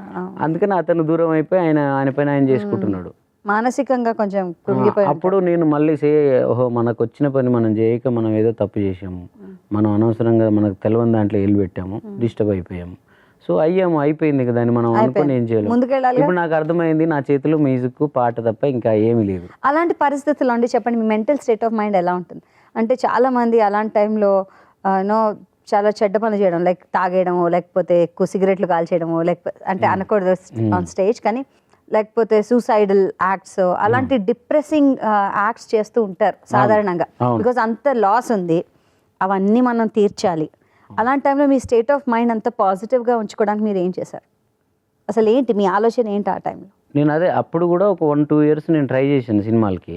చేశాను అంటే సాహిత్యం రాయడానికి, సంగీతానికి. లేదు మళ్ళీ వెనక్కి రాలేదు నేను. అప్పుడైనా నేను పాట రాస్తానని చెప్పి అన్ని ఆఫీసులకు వెళ్ళి ఉంటే, నేను ఒక పాట రాస్తే 1,00,000 రూపాయలు 2 లక్షలు ఇచ్చేవాళ్ళు, నా అప్పులన్నీ ఈజీగా తీరుతాయి. కానీ కష్టం వచ్చిందని చెప్పి మన సిద్ధాంతాన్ని వదులుకొని మళ్ళీ నేను వెనక్కి పోయాను అనుకో, చూసారా వీడు చెప్తే వినలేదు, అప్పటి నుంచి మ్యూజిక్ అని పడ్డాడు, ఇప్పుడు ఏదో కష్టం రాగానే మళ్ళీ పాటలు రాస్తా అని ఆఫీసులు తిరుగుతున్నాడు అని అంటారు. వద్దు, నేను మళ్ళీ మ్యూజిక్ డైరెక్టర్గానే ప్రపంచానికి గెలవాలనుకున్నా. అని నాకు వచ్చిన పాటలతో చిన్న చిత్కావి ఏదైనా ప్రైవేట్ వర్క్లు అవి ఏమైనా వస్తే ఏదో చేసుకుంటూ అలా చేసుకుంటూ నేను ప్రైవేట్ ఆల్బమ్స్ కూడా చాలా రాశాను. తర్వాత అది చెప్తున్నా, ఇంకా అప్పుడు చేయలేదు, సినిమా కోసమే ట్రై చేస్తున్నా. అప్పుడు కూడా మళ్ళీ ఒక డైరెక్టర్ నా ఫ్రెండే, అది ఒక సినిమా, అది నువ్వు ఈ సినిమాతో నేను లాంచ్ చేస్తా అని చెప్పి ఆయన నన్ను రోజు తిప్పుకునేవాడు. 2015 నుంచి 17 ఆ 2 సంవత్సరాల పాటు ఆ సినిమా కోసమే ఉన్నాను. మళ్ళీ ఆయన వేరే ఏం పని చేయనివాడు మనల్ని. సో అప్పుడు ఎలా అండి బతకడం అనేది? ఎలా తినడం ఎలా, మనం తాగడం ఎలా ఉంటారు? ఏదో ఒక పాట వచ్చేది, ఏదో ఒకటి వస్తూనే ఉండేది, ఏదో ఒక వర్క్ వస్తూనే ఉండేది, అప్పులన్నీ తీరిపోయేది. అందరికి మళ్ళీ నేను పిలిచి ఇచ్చేది.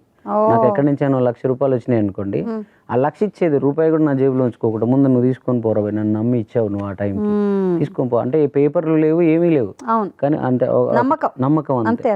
నేను వాళ్ళకి ఒకటే దాడి చేసేటప్పుడు కూడా చెప్పేది, వాళ్ళు ఒకటే గొడవలు చేస్తారు కదా అప్పులో, మీరు మీ అప్పు నేను ఎలా తీర్పాలి చెప్పండి అనేది లాజికల్గా ఉంటుంది. నాతో కూర్చొని మాట్లాడితే ఎలా తీర్పాలి చెప్పండి అన్న. నేను మూటలు మోయలేను, కాంట్రాక్టులు చేయలేను, రాజకీయాలు పైరవీలు చేయలేను, ఎలా తీర్పాలి అన్న. అంటే పాటలు రాసి మ్యూజిక్ చేసి అన్నారు. అది దేంతో చేయాలి? మైండ్తో. నువ్వు నన్ను స్ట్రెస్ చేసి అప్పులని గొడవ చేసావు అనుకో, ఈ మైండ్ ఎట్లా పనిచేస్తుంది, నీ అప్పు ఎట్లా తీరుతుంది? వచ్చినప్పుడు నేను ఇస్తా, నమ్మితే నమ్ము, లేకపోతే ఏం చేస్తావు చేయనేది. వాళ్ళకు అర్థమయ్యేది, పోయేది. నేను వచ్చినప్పుడు పిలిచి ఇచ్చేవాడిని. అలాగే 2018 వరకు ఒకటి చేసి సినిమాలు కొన్ని చేశాను, అవి కూడా వర్కౌట్ అవ్వాల. అప్పుడు ఒకరోజు 2019 మార్చి టైంలో ఇట్లే ఇంకా సినిమాలు ట్రై చేస్తున్నాను, ఎవరు ఇస్తలేరు, ఎవరు నమ్మట్లేరు, మళ్ళీ వచ్చిన సినిమాలు ఫెయిల్ అవుతున్నాయి, కొన్ని రిలీజ్ అవ్వట్లేవు. ఇట్లే ఒక అర్ధరాత్రి 1:00 ఏమో, అప్పుడు పొలిటికల్ టైం, అది పొలిటికల్ టైంలో పొలిటికల్ సాంగ్స్ అవి చేసినాం. అప్పుడు చేసి ఇట్లా వెనక్కి వాలి ఇలాగ పడుకున్నా, ఇలా 1:00 ఏమో. అప్పుడు అనిపించింది మనసులో ఏదో, నాలో ఉన్న క్రియేటివిటీని నేనంతా ఈ అప్పులు తీర్చడానికి పేరు చెప్పుకోలేని పనులు చేసుకుంటూ, అంటే పాటలే కానీ పొలిటికల్ అయిన అనుకున్నది వేరే కదా అనుకున్నా. అసలు నేను ఏం చేస్తున్నాను, నేను మ్యూజిక్ డైరెక్టర్ అని ఈ ప్రపంచం ఎందుకు ఇంకా నన్ను గుర్తించదు, నన్ను పాటలు రాసుకొని ఎందుకు సలహా ఇస్తుంది, నేను చెప్పిన మాట వింటే నువ్వు ఈ పాటికి ఎప్పుడూ బాగుండేటోడు, నువ్వు ఇవన్నీ ఎందుకు ఈ స్ట్రగుల్స్ అన్నీ ఇదని ఓడొచ్చి సలహాలు ఇచ్చేపోతారు. సినిమా ఒక్కటే ఉందా ఈ ప్రపంచానికి, నేను సంగీత దర్శకుడిని, నాలో ఉన్న గాయకుడిని, నాలో ఉన్న కంపోజర్ని, నాలో ఉన్న రైటర్ని, అందరినీ నేను ప్యాక్డ్గా నేను చేసి ఇట్టు కొట్టడానికి సినిమా ఒక్కటే ఉందా అని అర్ధరాత్రి బాగా మదనంలోంచి నువ్వు రాయి నేను శిల్పి అనే పాట వచ్చింది. ఆ నైట్ అది ఒక 5 minutesలో వచ్చింది. అది అంటే నాలో ఉన్న మదన్, నేను ఇంత మంచివాడిని కదా దేవుడా, నీకోసం ఎంతో మంది వస్తుంటారు, నీ గుళ్ళ చుట్టూ వచ్చి నీకు హౌస్ఫుల్ బోర్డులు పడుతూ ఉంటాయి కదా, నాలాంటి ఒకరిని కొంచెం బాగా చేస్తే నీకు కొంచెం సంఖ్య తగ్గిస్తాను కదా, నేను వాళ్ళకి సాయం చేస్తాను కదా, నేను వాళ్ళకి అన్నం పెడతాను కదా, ఆకలి తీరుస్తాను కదా, అవకాశాలు ఇప్పిస్తాను కదా, నాకు ఒక అవకాశం వస్తే నేను నలుగురు పంచుతాను కదా, నువ్వు ఎందుకే అనవసరంగా నువ్వే బర్డెన్స్ పెట్టుకుంటావు, నాలాంటి వాడికి ఇవ్వచ్చు కదా అని ఈ రకరకాల ఆలోచనలోంచి, అంటే దేవుడి కోసం ఎంతో చేస్తాం మనం, ఆ జాతరలో ఆడొచ్చి వీడు ఇది చేస్తాడు అది చేస్తాడు, కానీ దేవుడు అనేవాడు లాస్ట్కు ఇలా పట్టించుకోడు అనే సెన్స్లో నుంచి అప్పుడు అది నా బాధ కాస్త సొసైటీ బాధలాగా చేసి, నా బాధని కాస్త జనం కార్మిక వర్గాల బాధలాగా చేసి నువ్వు రాయి నేను శిల్పి అనే పాట చేసాం. ఆ చేసినప్పుడు కూడా అందరు చాలామంది ఆ పాట రిలీజ్ అయినప్పుడు విమర్శించారు. ఈవెన్ అందులో మా తమ్ముడు కూడా ఉన్నాడు. వీళ్ళందరూ ఏమంటారంటే, ఎక్కడి రచ్చలో డిల్లక్ రామ్ చరణ్ సినిమాలో రచ్చ డిల్లక్ పాట రాసినోడు, ఎక్కడ దానిలో నాగార్జునకు చేసినోడు, ఎక్కడ రవితేజ శంభో ఇవన్నీ చేసినప్పుడు యూట్యూబ్లోకి వచ్చి నువ్వు రాయి నేను శిల్పి అనే పాటలు గయ్యి ఏంది అసలు, ఏ స్థాయి పడిపోయాడు మీ అన్న అని చెప్పి మా తమ్ముని అందరు పడవడం. మంచి సాహిత్యం అసలు, అంటే అప్పటికి యూట్యూబ్లో పాటలకి అంత అది లేదు, అంత వాల్యూ లేదు, తెలియదు. 2019లో ఫస్ట్ డే ఆ పాట పెద్దగా ఎవరు పట్టించుకోలే, 2 రోజు 3 రోజుకి అది వైరల్ అయిపోయి ఇంకా మొత్తం అందరు ఇక చుట్టేసింది మొత్తం అందరిని. అసలు యూట్యూబ్ అనే దానికి ఒక, ఆ పాట తర్వాత ఇంకొక కోణంలో చూడడం స్టార్ట్ చేసి ఇండిపెండెంట్ పాటలు. అప్పుడు అప్పటి నుంచి ఇంకా చరణ్ అర్జున్ అనే ఒక మనిషి అందరి ఇళ్ళల్లో, అంటే నాలో ఉన్న కంపోజర్ని నేనే గెలిపించుకున్నా ఆ పాటతో. అంటే చిన్ని చరణ్ కదా, చిన్ని చరణ్ ఈ పాటతో చరణ్ అర్జున్ గా మారారు. ఎందుకంటే చిన్ని చరణ్ అనే పేరుతో మళ్ళీ నేను వచ్చింది అనుకో, ముందు నా గురించి ఎవరికి ఇష్టం వచ్చిన కథలు వారు రాసుకున్నారు కదా, ఆయన ఇలా అనొకడు, ఆయన అలా అనొకడు, ఆయన ఇట్లా అనొకడు, ఆయన మన ఫెయిల్యూర్లు, మనం చేసిన తప్పులు, మనం చేసిన సినిమా ఇవన్నీ మాట్లాడతారు, ముందు దాన్ని చూడరు. అందుకే భగవంతుడి రూపం పాటతో మీ రూపం కూడా మారింది. అందుకే చరణ్ అర్జున్ అంటే ఈడెవడో కొత్తోడు చేస్తే మనోడు సూపర్ అంటారు ఎవరైనా, మనోడు చేస్తే అన్నారు కదా. చిన్న చరణ్ అనేవాడు అప్పుడు మనోడు అయిపోయాడు. అప్పుడు వచ్చి ఈ చరణ్ అర్జున్ ఎవడు అనే అది తెలుసుకునే లోపే అన్నదమ్ముల పాట ఆ పేరుతోనే వచ్చింది, నాన్న పాట ఆ పాటతో వచ్చి చాలా రోజులైనాక ఎవరి చరణ్ అర్జున్ అంటే నేనే అన్నప్పుడు ఓకే, అన్నదమ్ముల పాట కానివ్వండి, మీరు అన్నట్టు నాన్న పాట కానివ్వండి, ఇవన్నీ కూడా అలాగే స్వయంగా చేసుకుని జస్ట్ రిలీజ్ చేద్దాం, ఇది ఇంత వైరల్ అయింది అన్న దృక్పథంతోనే స్టార్ట్ చేశారు. అదే మీరు ఇందాక అన్నారుగా, మీరు ఒక డిప్రెషన్లో ఉన్నప్పుడు లేకపోతే ఫెయిల్యూర్లో ఉన్నప్పుడు మీ ఆలోచన విధానం ఎలా అయిందని చెప్పారు కదా. అంటే ఒక మనిషికి ఓటం వస్తే కనీసం ఆ మనిషిని ఆ ఫోన్ కూడా ఎత్తకుండా నిన్న మొన్నటి దాకా అంతగా ఉన్న మనుషులంతా పారిపోయారు. ఓ అన్నదమ్ముల మధ్య అనుబంధాలు లేవు, ఒక ఇలాంటి చాలా విషయాలు ఉన్నాయి, డబ్బుమయమే అంత. అయితే సినిమాల్లో కూడా అప్పుడున్న మనకు సినిమాల్లో కూడా ఈ అన్ని విషయాలు, మంచి విషయాలు చెప్పడానికి సినిమాలో స్కోప్ ఉండలేదు. ఆ కథ ప్రకారమే పోవాల్సి వస్తుంది. ఒక ఐటమ్ సాంగ్, ఒక hero introduction song, love song, directors mind మీది కాదు. సో నాకేమనిపించిందంటే, ఏదో ఒక కష్టం వచ్చినప్పుడు మనం చెడుదారిలోకి మనం వెళ్ళడం కాదు, అసలు ఈ సమాజంలో ఎందుకు ఇలా ఒక ఫెయిల్యూర్ వచ్చిన మనిషిని ఇంత ఒంటరిగా వదిలేసారు అని చెప్పి వాళ్ళ మీద కక్ష పెంచుకోవడం కంటే, రేపు భవిష్యత్తులో నాలాగా ఫెయిల్యూర్ వచ్చే మనిషికి అండగా నిలబడాలంటే ఈ ఫెయిల్యూర్ అప్పుడు ఏంటనే ఏ కొమ్మ కేపు అనే ఒక పాట. అలాగే అన్నదమ్ముల మధ్య గొడవలు ఎందుకు, ఏదైనా ప్రాబ్లం వస్తే ఒకడుకోడు ఉండాలి కదరా అని చెప్పి నేనున్న గర్భంలోనంటే నేను మంచి వైపు పెంచుకున్నాను దాన్ని. చాలా మంచి సాహిత్యం, పెద్ద హిట్స్. ఈ రోజుకి నాకు ఒక సిగరెట్ అలవాట్లేదు, మందు అలవాట్లేదు. అంటే అంత కష్టాల్లో కూడా అసలు నన్ను నేను మార్చుకోవడానికి చిన్న సిగరెట్ నన్ను మార్చుకోవడం ఏంటి, నా మైండ్ అది కంట్రోల్ చేయడం ఏంటి, నా మైండ్ నీ మందు కంట్రోల్ చేయడం ఏంటి, నా బాధను అది ఎందుకు పోగొడుతుంది. నాకు ఒకటి ఏంటంటే ఈ రోజు నుంచి ఎప్పటికైనా నేను చాలాసార్లు చెప్పాను, మీ దగ్గర మళ్ళీ చెప్పాలనిపిస్తుంది. చెప్పండి. పాట పుట్టిన ప్రతిసారి నాకు పాప పుట్టినంత అనుభూతి ఉంటుంది. చెప్పారు. అయితే ఆ పాట వచ్చినప్పుడు 100 సిగరెట్లు తాగితే వాళ్ళకి ఎంత కిక్ వస్తుందో నాకు తెలియదు, మందు తాగితే ఏమొస్తుందో తెలియదు, కానీ నాలో ఉన్న బాధలన్నీ పోతాయి, నాకు ఆనందం కలుగుతుంది. నాకు పండగ, దసరా, దీపావళి, సంక్రాంతి అన్నీ ఒక కొత్త పాట వచ్చిన క్షణంలోనే వస్తాయి నాకు. అదొక క్రియేటివ్ ఎర్జ్. సో అదే నన్ను చాలా మైండ్ డిప్రెషన్లోకి వెళ్ళకుండా పాజిటివ్ వైపు నన్ను తీసుకెళ్ళింది నా పాటే. ఈ రోజుకైనా అంతే. నేను రేపు ఏ స్థాయిలో ఉంటానో, ఏమేమి పదవులు వస్తాయో, ఎక్కడ ఉంటానో, ఎన్ని కోట్లు సంపాదించినా కానీ పాట చేస్తున్నప్పుడు వచ్చిన అనుభూతి, కొత్త పాటని క్రియేట్ చేసినప్పుడు వచ్చిన ఒక అనుభూతి నాకు ఇంకో దాంట్లో ఎన్నడూ రాలేదు, ఇంకెక్కడ దొరకలేదు. ఆల్రెడీ సక్సెస్ చూసారు ఒక లిరిసిస్ట్గా, దాని తర్వాత మళ్ళీ యూట్యూబ్తో మళ్ళీ ఇంకో సెన్సేషన్, కొత్త పేరు సెన్సేషన్ అయ్యారు. అలాంటి తరుణంలో మీ ఇంటి నుంచి వచ్చిన సపోర్ట్ ఎలా ఉంది? అంటే నాన్నగారు, అమ్మ, అలాంటి తరుణంలో నార్మల్గా ఎలా అనుకుంటారు? మామూలు ఇంట్లో అంటే మిడిల్ క్లాస్ ఫ్యామిలీ, వెళ్ళాలి అబ్బాయి, ఉద్యోగం చేయాలి, డబ్బులు తీసుకుని రావాలి, మనం తినాలి, పెళ్లి చేసుకోవాలి, చిన్నపిల్లలు అంతే, అంతకంటే ఎక్కువ ఆలోచన ఉండదు మన సొసైటీ మిడిల్ క్లాస్ ఫ్యామిలీ. మీరు ఇంత ఇన్నోవేటివ్గా కొత్త రకంగా ఆలోచిస్తున్నారు, అదే అలవాటు లేనిది. ఇంకో పక్కనేమో లాస్ అవుతోంది, మీరు నిలబడాలి, మిమ్మల్ని మీరు అర్థం చేసుకుని మీ క్రియేటివ్ థాట్స్ని పెంపొందించాలి, అది కాకుండా ఇంట్లో వాళ్ళని కూడా సమర్థించాలి, వాళ్ళకి చెప్పాలి. ఇవన్నీ అవ్వాలంటే ఎలా సాధ్యపడుతుంది అంటారు? మీ ఇంట్లో సపోర్ట్ ఎలా ఉందంటారు? అంటే అమ్మ నేను ఇండస్ట్రీకి వచ్చిన కొత్తలోనే చనిపోయింది.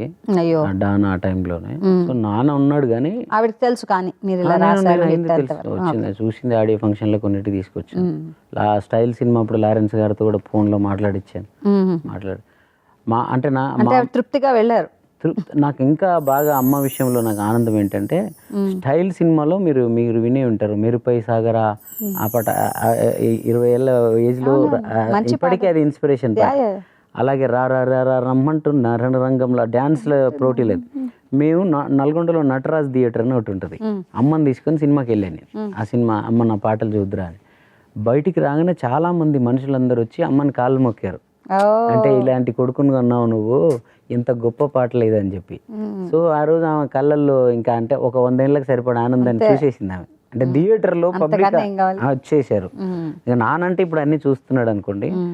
అయితే నాకేంటంటే ఎప్పుడైతే నేను ఆ సినిమా తీయడం స్టార్ట్ చేసిన తర్వాత దాదాపు ఒక 5-6 సంవత్సరాల పాటు నా ఫ్యామిలీతో నా కనెక్షన్స్ లేవు. ఎందుకు లేవంటే నేను వాళ్ళతో మాట్లాడితే నా కష్టాలని చెప్పాల్సి వస్తుంది. మా పిల్లాడు తోపు సూపరు, మావాడు సినిమాలలో ఉన్నాడు, అది ఇది అని ఒక భ్రమల్లో ఉన్నారు వాళ్ళు. నేను మళ్ళీ వాళ్ళకి అలాగే కనపడేదాకా నేను ఇంటికి పోలేదు, వాళ్ళని నా దగ్గరికి రానివ్వలేదు, నా కష్టాలు వాళ్ళు చూసేలాగా నేను అసలు చేయలేదు. ఎప్పుడైనా ఫోన్ చేస్తే అంతకుముందు ఏంటి చెన్నైలో ఉన్నాడు, బొంబాయిలో ఉన్నాడు, ఆడున్నాడు, ఈడున్నాడు, బిజీ ఉన్నాడు అనే ఒక భయం ఉండేది కదా వాళ్ళకి. ఖాళీగా ఇంట్లో కూర్చున్నప్పుడు కూడా ఆ భయాన్ని అట్లే కంటిన్యూ చేయించాను నేను. అంటే నేను ఇంట్లోనే ఉండే, ఏమీ పని పాట లేదు, ఎవడు పట్టించుకోవట్లేడు, ఖాళీ ఉన్నాను.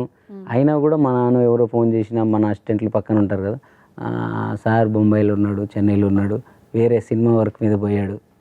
ఈ మీరు దూకుడు సినిమా చూశారు కదా, దూకుడు సినిమాలో వాళ్ళ నాన్నకి ప్రకాష్ రాజ్ మళ్ళీ బతికిన తర్వాత ఎన్టీ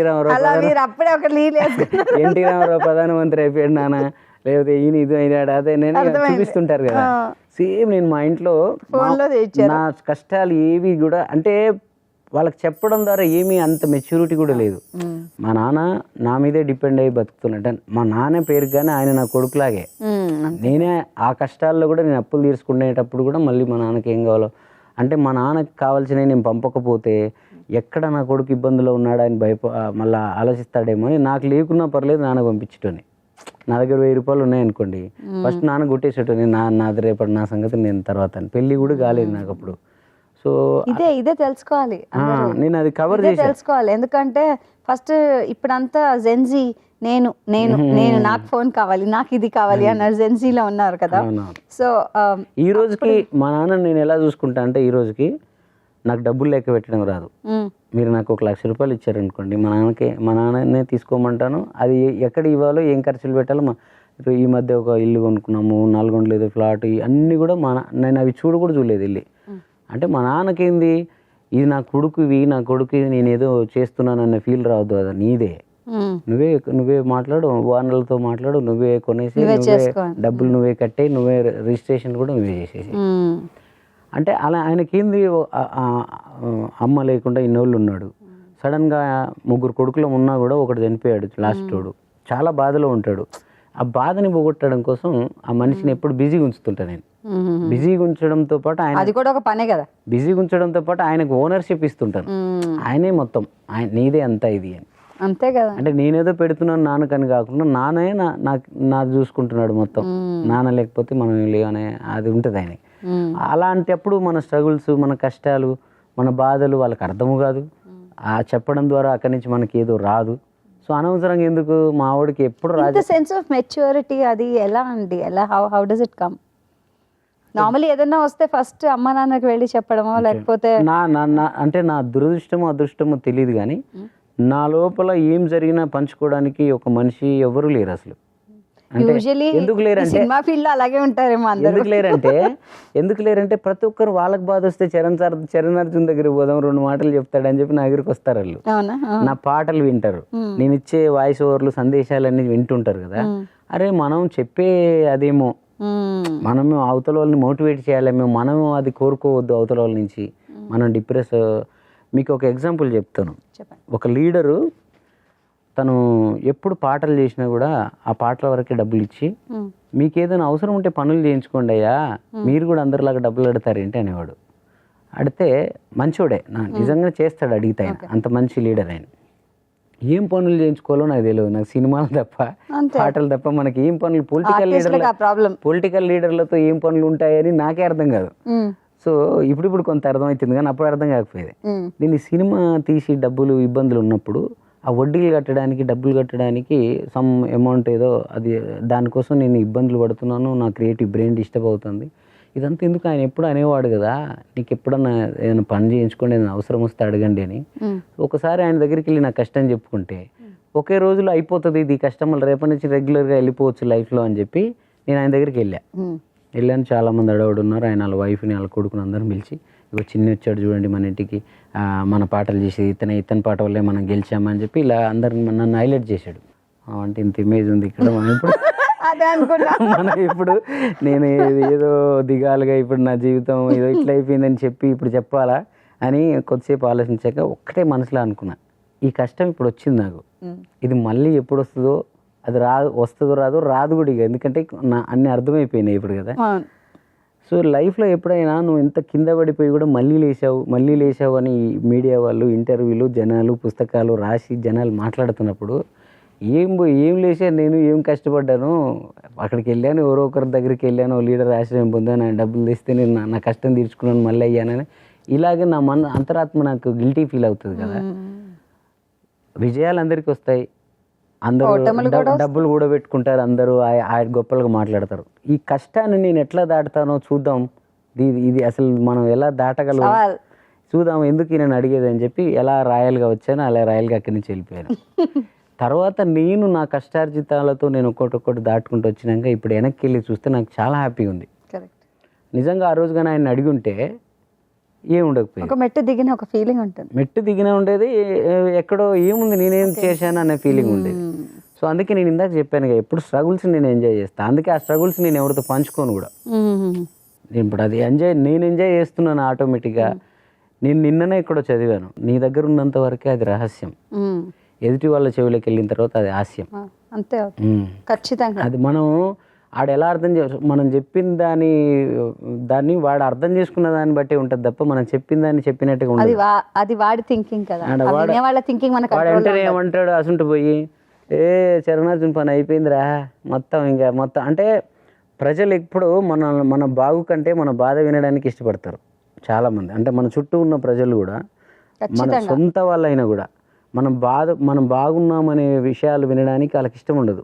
లేదు, అప్పుడు వాళ్ళకి అసూయ వస్తుంది. మనం బాధపడుతున్నాము, మనం ఆగమైపోయామనేది వినాలంటారు. అప్పుడు బాగా నేను అవి వినిపించడానికి ఇష్టపడను. నైస్.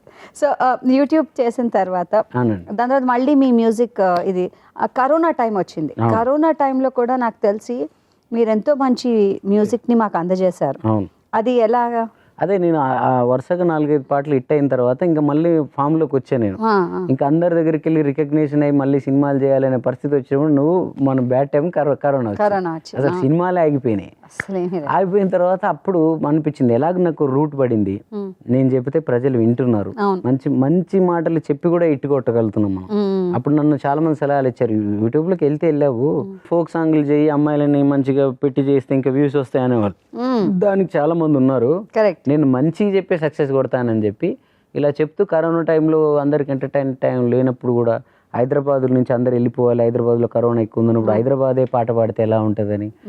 సో అలాగా అంటే నేను ఏ పాట చేసినా ప్రైవేట్గా, సినిమా అనుకోండి నేను ఐటమ్ సాంగ్ ఏదైనా చేస్తాను, కానీ ఇండిపెండెంట్కి వచ్చినప్పుడు మాత్రం ఆ పాట ఏదో ఒక ప్రయోజనం ఉండాలి, ఆ పాట ప్రజలకు ఏదో ఒకటి నేర్పాలి, ఇది పెట్టుకున్నా. అందుకే నాకు బాధ్యతగా తీసుకున్నా. జనాలు కూడా దాన్ని హిట్ అయింది. అందుకే ఇప్పుడు జనాలకి ఎలా అయిపోయిందంటే ఏదైనా ఒక ఇష్యూ జరిగినప్పుడు రాష్ట్రంలో చరణ్ అర్జున్ అన్న దీని మీద ఒక పాట చేస్తే బాగుండు అని సినిమాల వల్లనే సినిమాల వల్లనే దానికి మళ్ళీ బ్రేక్ వచ్చింది. ఖచ్చితంగా అండి.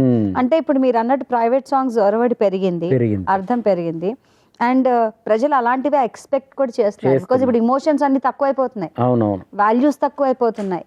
ఈ టైంలో కరెక్ట్ గా మీరు వచ్చారు. నా ప్రతి పాటలు ఇప్పుడు నేను మాట్లాడుతుంటే ఇంటర్వ్యూలో మీరు నేను మొత్తం చూస్తుంటే మీ కళ్ళల్లో తడి అలాగే ఉంది. అలాగే నా ప్రతి పాట వినేవాళ్ళు, ప్రతి పాట చూసేవాళ్ళు అంటే మనుషుల్లో మానవత్వం ఇంత ఉందా ఇంకా అనేది నేను నా పాటలకు వచ్చే స్పందన ద్వారా తెలుసుకున్నా. అంటే చాలా మంది మంచితనానికి రోజులు లేవంటారు, అదంటారు ఇదంటారు కదా, అన్ని మిలియన్ల కొద్దీ ఆ పాటల్ని ఆదరించారంటే ఎంత తడి ఉంది మనసులో, ఇంకా ఎంతమంది మనుషులు మానవత్వం ఉన్న వాళ్ళు ఇంకా ఉన్నారు అనే నిజాన్ని నేను నా పాటల ద్వారా నేనే తెలుసుకున్నా. సో కరోనా తర్వాత మళ్ళీ మనకి విమానం ద్వారానే. అవును, విమానం.